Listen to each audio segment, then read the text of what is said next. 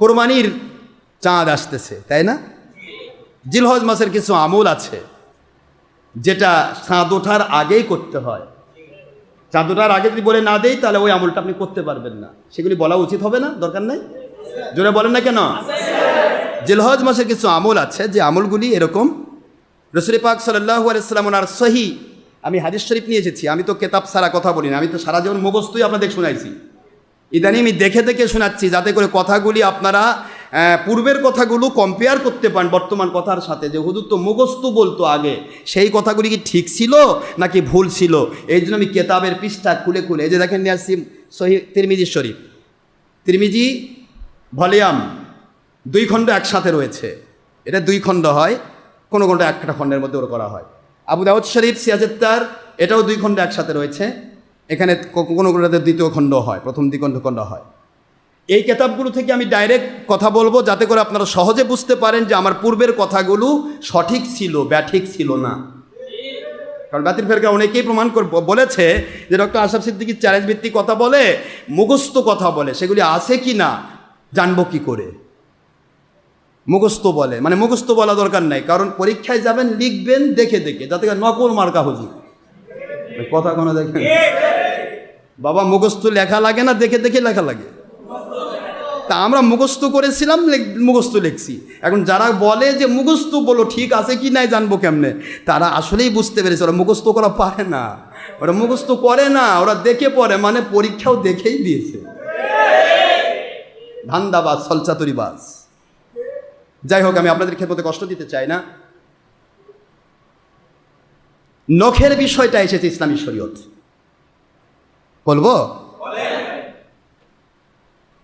নখের বিষয় হচ্ছে হুজুর সাল্লাল্লাহু আলাইহি ওয়াসাল্লাম বুঝালেন যে তোমাদের যদি কেউ আল্লাহর প্রতি ঈমান আনে এবং আমল করে, পাশাপাশি যদি কেউ পবিত্র এই ঈদুল আজহার কোরবানি করতে চায়, সেই মানুষগুলি যেন তারা যেন জিলহজের চাঁদ ওঠার পূর্বেই ক্ষৌরকাম, নখ কাটা, চুল কাটা, বোঝেন, তারপরে আনাত শব্দ অর্থাৎ নাভির নিচের পশম, যদি যেগুলি আর কি অপবিত্র পশম, অপ্রয়োজনীয় পশমগুলো কেটে ফেলা, এগুলি যেন তারা কাজ আগেই করে নেয়।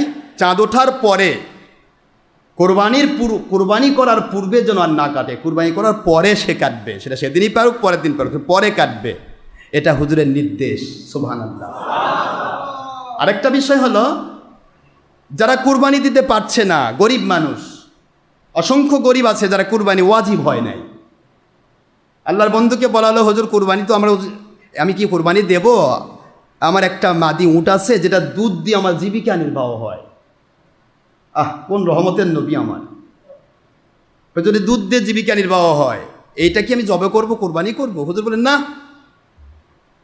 তা করো না, বরং তুমি তোমার নখগুলি রেখে দাও, চাঁদ ওঠার 10 তারিখ পর্যন্ত নখগুলি, খোরকামগুলি এগুলি করো না। কোরবানির দিনে গিয়ে তুমি, যেহেতু তোমার কাজ নেই, ওই দিন খোরো কাজ করবে, নখ কাটবে, তারপরে তোমার গোঁফ কাটবে, যাবতীয় কাজগুলি করবে, তোমাকে উত্তম কোরবানি করার সওয়াব দেওয়া হবে। তাহলে এই কথাগুলি কি বুঝতে অসুবিধা হচ্ছে? এখন আমি আপনাদের কেতাব খুলে বলছি কথাগুলি সঠিক আছে কিনা। সহি আবু দাউদ, সুনানে আবু দাউদ 76 অংশে 6টি সহি হাদিসের কিতাব, যেহেতু 50টি সহি হাদিস কিতাব, তার মধ্যে 6টি হচ্ছে হাম্বলি এবং শাফি মাযহাবের ইমামদের লেখা, মুখস্থ রাখবেন ভালো করে। আর বাকি 44টি, এই 44টি সহি হাদিসের কিতাব আমাদের হানাফি এবং মালিকি মাযহাবের ইমামদের লেখা। সুবহানাল্লাহ বলবেন না? যার কারণে বুখারী, মুসলিম, তিরমিজি, ইবনে মাজাহ, আবু দাউদ, নাসাইতে শাফি এবং হাম্বলি মাযহাবের আমলের দলিলগুলি বেশি পাওয়া যায়। হানাফি মাযহাবের আমল কম পাওয়া যাবে, কারণ তার মাযহাবগতভাবে তারা শাফি হাম্বলি ছিলেন। মুখস্থ রাখেন। বর্তমান বাংলাদেশে যাদের আমল শাফি এবং হাম্বলি মাযহাবের সাথে মিল রয়েছে, তারা মনে করে বুখারী ছাড়া কোনো কিছু মানবো না। কিন্তু বুখারীর বাইরে যে হাদিসগুলি, এগুলি কেউ না মানে বলে মানবো না, তাহলে নবীর হাদিস অস্বীকার করার কারণে সে পাকা মুসলমান হবে। আপনাদের কষ্ট দিচ্ছি না তো? আমি আস্তে করে শুনে নেন, এরপরে আমি বলবো, আপনাদেরকে কথাগুলি শুনে দেই, শুধু দলিলগুলো নিয়ে যান, আমরা তাড়াতাড়ি আজকে নামাজ শুরু করবো ইনশাআল্লাহ। বলেন ইনশাআল্লাহ। এখানে আপনারা কিতাব দেখেন, আবু দাউদ শরীফ খুলেছি। আবু দাউদ শরীফের এই পৃষ্ঠা হলো 385 নম্বর পৃষ্ঠা। 2 খণ্ডকে একত্রিত করে আরবি ভলিউম, জের জবর পেশ ছাড়া। এর প্রথম নুসখা যেগুলি আছে, যেটা প্রথম আবু দাউদের লেখা, সেগুলিতে নোক্তাও নাই। আলহামদুলিল্লাহ জোরে বলুন। কোনটা যে উপরে নোক্তা দিলে বা নুন হয়, নিচে নোক্তা দিলে বা হয়, উপরে 2 নোক্তা দিলে তা হয়, নিচে 2 নোক্তা দিলে আপনার ইয়া হয়, কোথায় কি সেট হবে, এটা আল্লাহ প্রদত্ত নিয়ামত হিসেবে গ্রামাটিক্যাল কায়দায় সেটিং করতে হবে। এই জ্ঞান যাদের আছে তারা মুহাদ্দিস। না সুবহানাল্লাহ বলেন না। আজকাল তাফসিরুল কোরআন লেখে, তাফসিরুল কোরআন কয় তাফসির করতেছে। ওক যদি একটা তাফসিরে কিতাব পড়তে দেই, তাফসিরে কাশাফটা যদি পড়তে দেই, অথবা তাফসিরে বাইজাতি পড়তে দেই, আল্লাহর রহমত ওই ভয়ে পালাই যাবে। তাফসির এত সহজ জিনিস নয় বাবাজি। মুহাদ্দিস বা মুফাসসির লিখতে গেলে হয় না। আল্লাহ প্রদত্ত নিয়ামত হিসেবে তার উপরে আল্লাহ প্রদত্ত নিয়ামত থাকতে হয়, তবে সে জের জবর পেশ এবং নোক্তা দিয়ে পড়তে পারবে এবং লিখতে পারবে। আপনারা বোঝার চেষ্টা করবেন। এখানে 385 পৃষ্ঠা আমি খুলেছি, আবু দাউদ শরীফ, সুনানে আবু দাউদ 76 একটা হাদিস। কি লিখেছে না দেখেন, হাদিসের নম্বর এখানে 2789 নম্বর হাদিস। মুখস্থ করে রাখেন এগুলি। আবু দাউদ শরীফ, এই আগে হাদিস শরীফ এসেছে, তিরমিজিতেও এসেছে, মুসলিমে এসেছে। কথা কি বুঝতেছেন? ইবনে মাজাতে এসেছে। কি আসছে দেখেন, হাদ্দাসানা হারুন ইবনু আব্দুল্লাহ রহমতুল্লাহ আলাই। ভালো করে শোনেন। হাদ্দাসানা হারুন ইবনু আব্দুল্লাহ রহমতুল্লাহ আলাই قال حدثنا عبد الله ابن يزيد رحمة الله عليه قال حدثني سعيد بن أبي أيوب قال حدثني عياش ابن عباس القطباني عن عيسى ابن هلال الصدافي عن عبد الله ابن عمر وابن العاص أن النبي صلى الله عليه وسلم قال أمرت بيوم الأضحى عيدا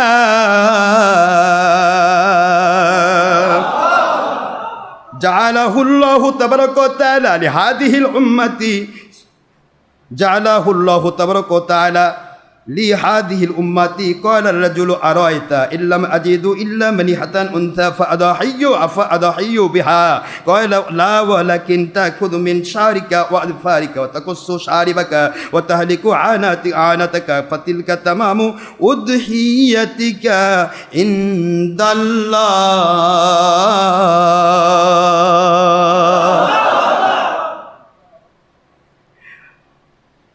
হাদিসের এবারতের অর্থ শোনেন।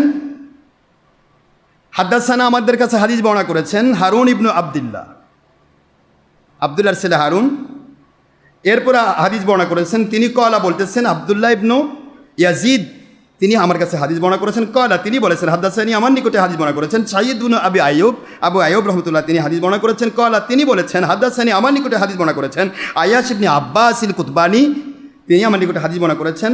তিনি বলছেন আমার নিকটে আন ঈসা ইবনে হেলাল, ঈসা ইবনে হেলাল থেকে বর্ণিত সদাফি, আন আব্দুল্লাহ ইবনে আমর ওয়া আল আব্দুল্লাহ ইবনে আস, আমর ইবনুল আস, আমর ইবনুল আস থেকে বর্ণিত হয়েছে আন্নান নবী সাল্লাল্লাহু আলাইহি ওয়াসাল্লাম কয়লা, আন্নান নবিয়া নিশ্চয় আল্লাহর হাবিব বলেছেন যে, কয়লা তিনি বলেছেন, কি বলেছেন, উমিরতু বিয়াউমিল আদহা ঈদা, ইয়াউমিল আজহাকে আমাদের জন্য ঈদ হিসেবে পালন করতে আল্লাহ পাক আদেশ করেছেন, আমাকে আদেশ করা হয়েছে।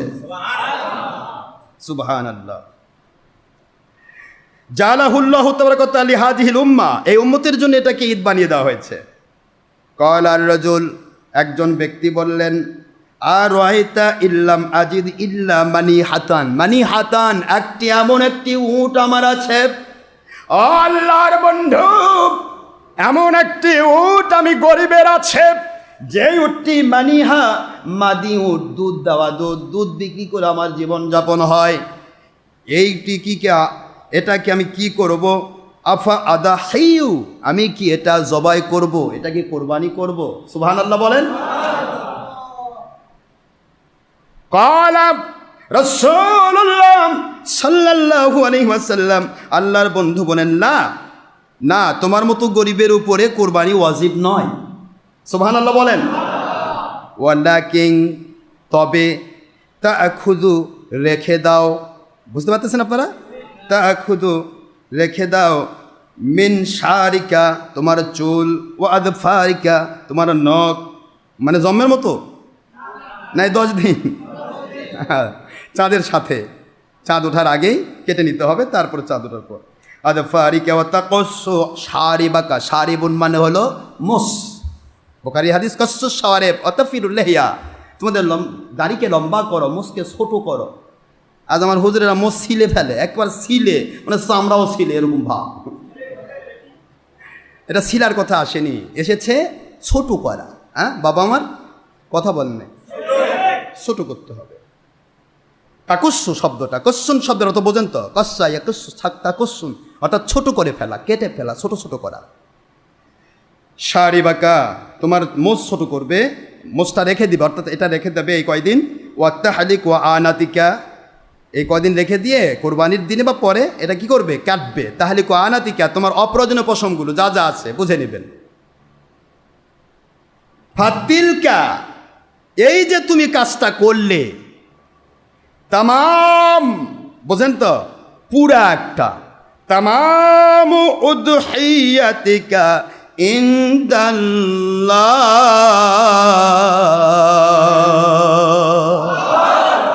পরিপূর্ণ একটি কুরবানির সওয়াব তোমাদেরকে দান করা হবে।